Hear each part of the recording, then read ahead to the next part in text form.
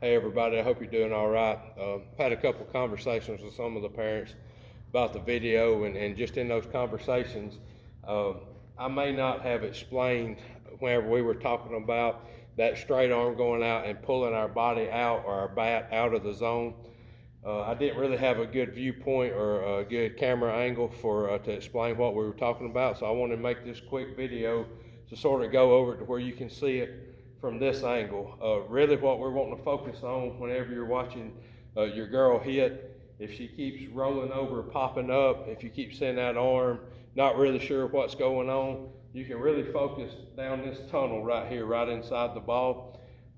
If you're in a cage on the field and you've got a batter's box, get them right up against the line, right up their toes up against the line, and when their hands are going to be slightly outside their toes, so they can pretend like their hands are going down that line to the ball and through the ball. So what it's going to look like is if we've got that arm straightened out, if we're already set here or we're already set out here, you can see how far my hands are away from my body, or if I'm here and I start to swing, you can see how far my hands are away from my body. From this viewpoint, you can tell my hands are almost even with the ball. So for me to get my barrel there, I have to rotate my body and keep rotating to try to get my barrel there. What happens is that bat starts from out here and comes all the way across the ball, and a lot of times we hit the end of the bat. Well, with my body mechanics the way that they are, if my arms are locked in place, if I'm leaning back, then I'm going to come across the ball and have to flip. If I'm out front, that's going to be a weak ground ball. If I'm late, that's going to be a pop fly to opposite field. If I've got the body leaned forward towards the pitcher and I'm locked in here, as my body turns, I'm actually going to be pulling off the ball and have to flip my hands. So that's going to be a lot of ground balls. It depends on if they're late. The ground ball will go to opposite field, back up the middle. Ground ball may or may not even reach the outfield, because we're literally going to be hitting it just out in front of the plate with that type bat pass. So really what we're focusing on is when my hands are set in the right position, whether it's this drill, or just our normal stance, as I start turning my body, you can see my knob turns inside the ball. I'm not at the ball, I'm not inside my body close.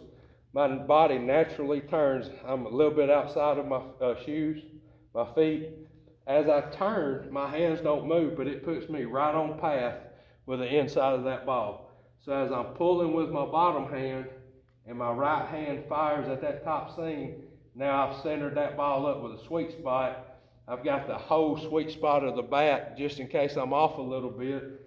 I've hit dead center and I'm able to drive through the ball. So during the fall, if you notice when we were doing our tee work, we started hitting a lot of pop flies or ground balls.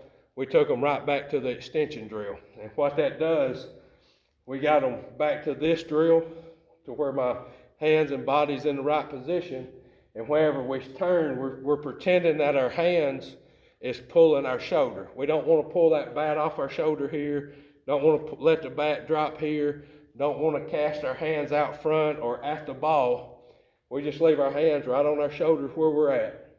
When we step and as we turn, that knob, our hands and everything naturally go right where they're supposed to, towards the inside of that ball, through that top seam.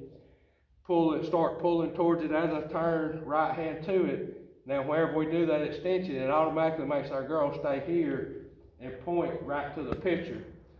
If we don't do that extension, then they're going to pull off and go over this way, rolling over the ball a lot, or their bat stays at this angle and they come inside the ball this way and everything shoots that way. So that's why we really do a lot of two extension.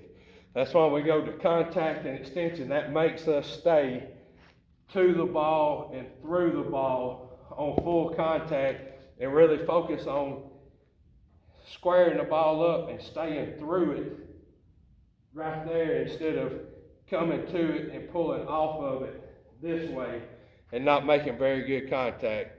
So that's why we're doing a lot of the drills that we're doing, whether it be here, or up here.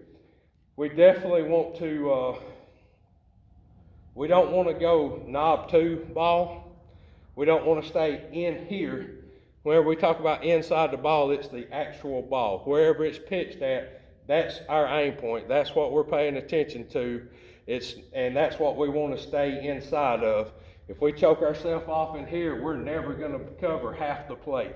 So if we stay focused on that ball, we're able to get here, get that good body turn, square it up, and really work through it to stay on it. To be able to stay to it and through it on that extension as we make contact. I hope that helps. If you got any questions, please let me know. Feel free to reach out anytime. I hope y'all have a Merry Christmas and God bless.